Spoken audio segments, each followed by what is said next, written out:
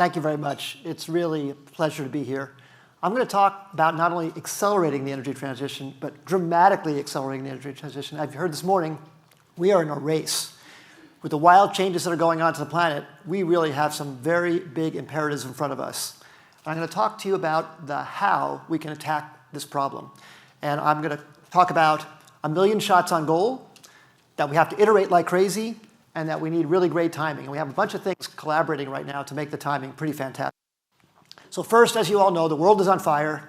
We're trashing the earth, and we're doing it in ways we don't even imagine. It's hard to comprehend. Each one of us makes about 1 pound of trash per day that we put into landfills. So 8 billion people, 8 billion pounds of trash go into the earth every day.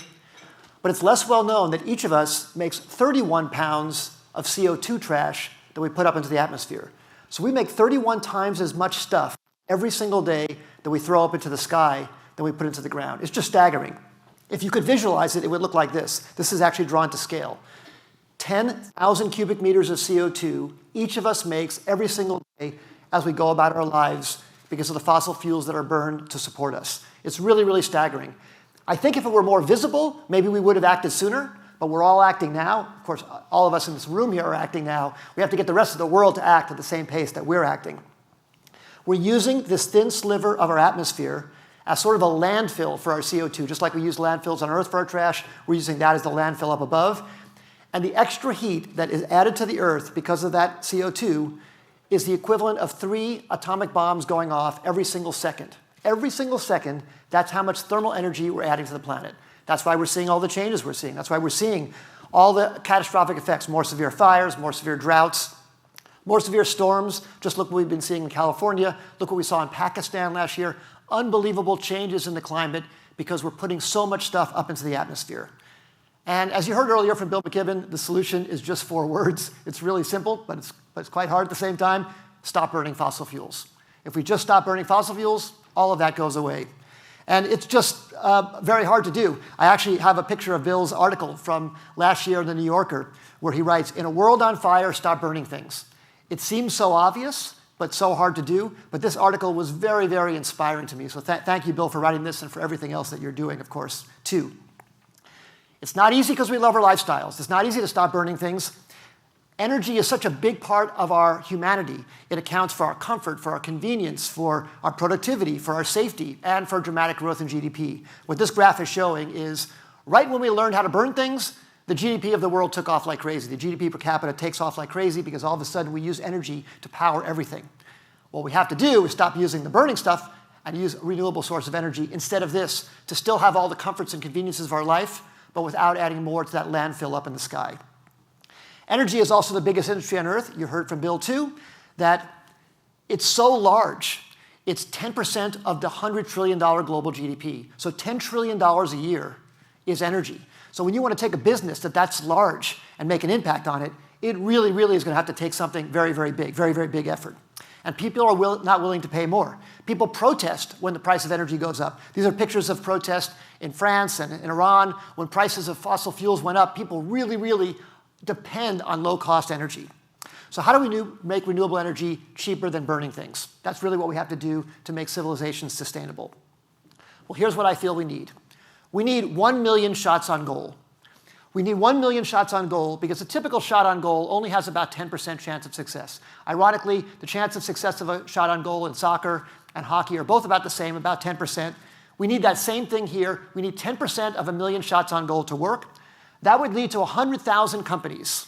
100,000 companies all making efforts to try and reduce the CO2 we're releasing and avoid the CO2 releasing. And if each of those has a 10% chance of success, that would lead to 10,000 efforts that each could remove 5 megatons of CO2 each, and that would help avoid all 50 gigatons of CO2 that we're producing on Earth right now. And just to prove that a single company, one effort, could remove 5 megatons alone, one of my companies, Carbon Capture, is building a project in Wyoming to take out 5 megatons of CO2 per year. It's a direct air capture system. So even a startup can make an impact where you could do 5 megatons, but we need 10,000 of those. So that's what I'm going to talk to you about. How do we get 10,000 of those? What do we do to make 10,000 of those things happen? In my own orbit, I have 10 companies that I've started over the last 10 years. Jim mentioned 3 of them before, but all of these companies are trying to attack some part of the problem. But what I really want to encourage is not just these 10, because the 10 that I can start is a pittance compared to the 10,000 we need. But I want to talk to you about lessons learned that I got from starting these 10 and how you can use those, how other people can use those to try and have more success in getting those 10,000 that we need. So a few of them just I'll call out very quickly. Heliogen is doing concentrated solar using AI technology to try and make mirrors track to higher temperatures so we can remove the thermal energy required for cement making, steel making, hydrogen production, things like that. Carbon capture is the company I mentioned that's taking CO2 out of the atmosphere. Many companies around the world are doing this. We need more and more companies trying this, all different angles, many, many different methods to take CO2 out of the atmosphere. You heard earlier about the water problems. I have a company I started in the last year called Water from Air. I want to use solar energy to condense water out of the atmosphere to try and help with water displacement, farming, droughts, and so on. I really think water is going to be a next area that we have huge, huge wars over because water is so important to our life, and yet water is so expensive to make from traditional methods and so expensive in the CO2 sense for typical desalination. And then Energy Vault, a company I started to do energy storage. I wanted to make energy storage as cheap as dirt by actually using dirt to store energy, and I'll show you how we did that. But I'll use that story to tell you about the iteration that I think is so important in this climate effort. So across all these companies that I've started in the climate area, I started Idealab 27 years ago, and 150 companies in all different areas. These are some lessons that I wish people had told me before I started Idealab, things I didn't know when I started Idealab. And the most important one is iterate like crazy. And the lesson was, when you start a company or start an idea, you never get it right out of the gate. Your first idea really is step one, but then you need to alter it. You need to change it for customer demand. You need to change it because things aren't working. You need to adapt and keep on changing it. And you win on iteration, more learning per unit time. And I actually realized in hindsight, I probably shouldn't have called it Idealab. I should have called it Iterate Lab, because really that's what you have to do to make a company successful. But I'm going to take you through one story of iteration just to show you how much something can change and how much something needs to change to actually make it work. So you heard from Bill earlier that wind and solar have had that dramatic reduction in cost. And we had a tremendous tipping point in all of history, where in 2018, all of a sudden, it was cheaper to make electrons from the sun and wind than any other source of burning anything. First time in all of history, you can make those electrons, and as Bill said earlier, you can now point a piece of glass at the sun and make electrons cheaper than any other way, for 2 cents a kilowatt hour, even now less than 2 cents a kilowatt hour. So renewables have won, but at the wrong time of day. If you compare the price of diesel-produced electricity or coal or combined cast cycle and then wind and solar are the cheapest. It's just that you can't always get them exactly when you need them. So that's why the final frontier, final hurdle, would be low-cost storage. What you need is storage, which you can add to that 2-cent solar, that still gets you in less than the price of burning stuff. And once we have that, that will really be a breakthrough to allow us to scale. So that's a problem I realized was important. I wanted to work on it. And I looked at all the different ways to store energy. There's really only 3 ways: chemically with batteries, thermally with hot or cold, or mechanically, like with gravity or flywheels, compressed air. So I looked at all of these and figured, where could we possibly make an innovation? People are working on all of these, and we need every single one of these to work. As I said, we need 10,000 successful efforts. But I chose one particular area to focus on gravity storage. If I could come up with a way to get gravity storage or some other kind of storage down to 3 cents a kilowatt hour, then 2 cents plus 3 cents would beat fossil fuels. And I looked at other gravity storage. And in fact, gravity storage is the #1 storage method used across the planet. It's basically pumped hydro. It's pumping water up a mountain with 2 reservoirs. And you pump the water up when you have energy, and then you let the water flow back down through a pipe and turn a turbine in the other direction to get the energy back when you need it. It's too expensive, and all the good places on Earth have been taken up.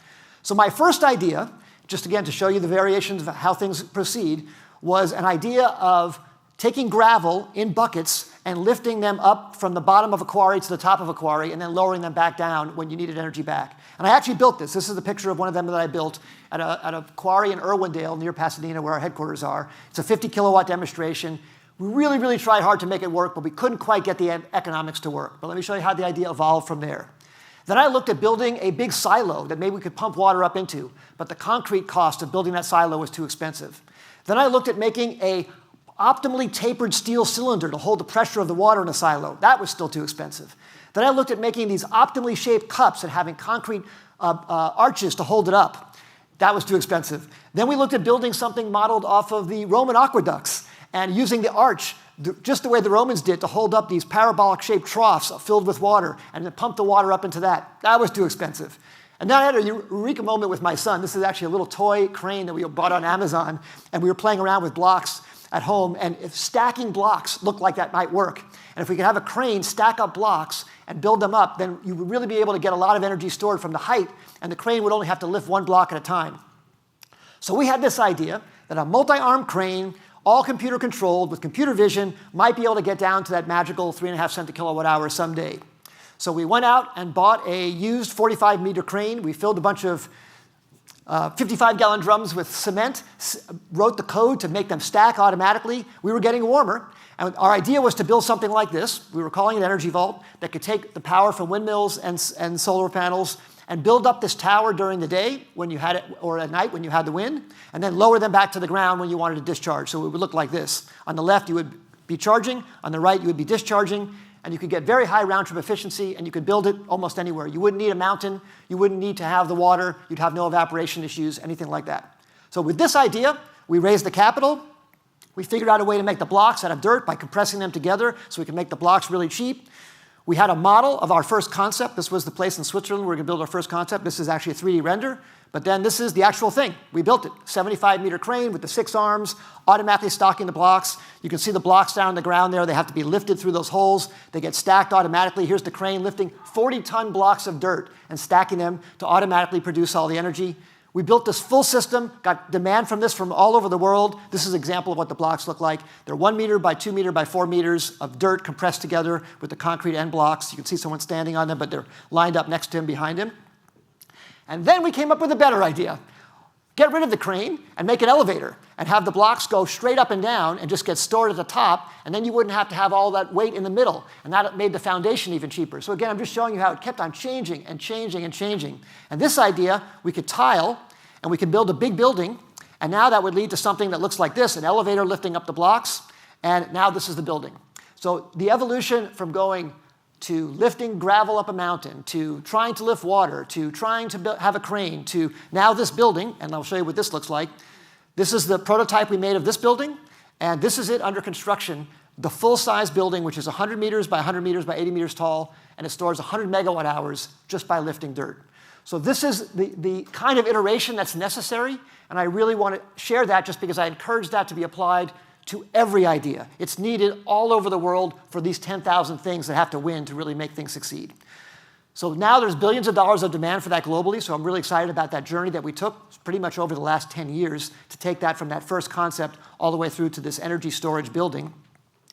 And I'll take that to my next lesson, which is timing. So many things come out, and at first they're ridiculed. And when they're first ridiculed, you have to fight through it first being ridiculed to a next phase where you're starting to get some traction where it actually becomes violently opposed. That's when you're actually starting to threaten some other people because they're starting to get worried that your idea might work. And it's very hard to power through that first stage from being ridiculed to being violently opposed. But then the hardest stage is to continue through that to when it's accepted as being self-evident. And that's actually true of, I think, everything great in the world, but it's also especially true of the whole climate crisis right now. I feel like the world is now convinced that this problem is self-evident. From what you heard earlier from Bill, from all the protests, from Greta, from so much work that all of you have done, people now believe that the timing really is right. And the reason that timing is so important is that I think timing is one of the most important things for success of an idea. I gave a TED talk about this because I look back at companies of ours that failed and companies of ours that succeeded, and the ones that succeeded really, really had good timing, almost more than anything else, even more than the capital that they raised. Timing was very significant, and it's because of this fact. If the world isn't ready for what you're offering, it's just too expensive to convince people to take your product. But if the world is ready for your offering, and if you have the wind at your backs because the timing is right, you can make something happen. So I really feel like the timing is right for this right now for so many reasons, and that's why we need to make all these things work.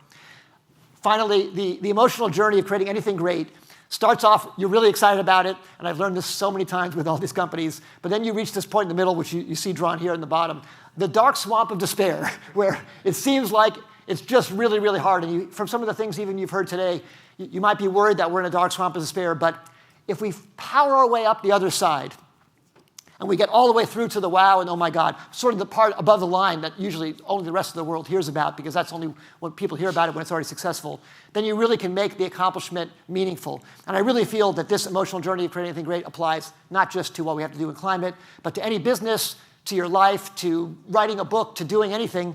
It just really, really is important to persist through that middle phase, that when it really seems like there's doubt, to fight through, because that really is the difference between success and failure. And I would summarize by saying that, also related to what Bill was saying, we started off getting all of our energy from plants and from using our muscles. I would call that the biology era. Then the last 200 years, we were in the chemistry era. We burned everything in sight. We just burned everything to get our energy. We finally have to end up in the physics era, where we get all of our energy from the sun, wind, and nuclear. The physics era is the final era, and exactly as Bill said, we will get there. That will happen this century. But if we make it happen fast, then we'll have a really, really great planet to celebrate it on. So that's why we have to move so fast right now to really make that happen before the damage occurs. I would say, overall, it's such a great time for climate change and energy transition entrepreneurship because there's finally money available, not only IRA, but investor money. The demand is off the charts. The whole world is reachable. Every single country on Earth needs this. And almost every single part of the energy business can be disrupted. As you saw, it's 10% of the global GDP. So it's everywhere that you can find some portion where that 1/10,000th of a company can make a 5 megaton impact, and then we can reduce all of our emissions down to zero. Thank you very much. You've been a great audience. I'd love to work with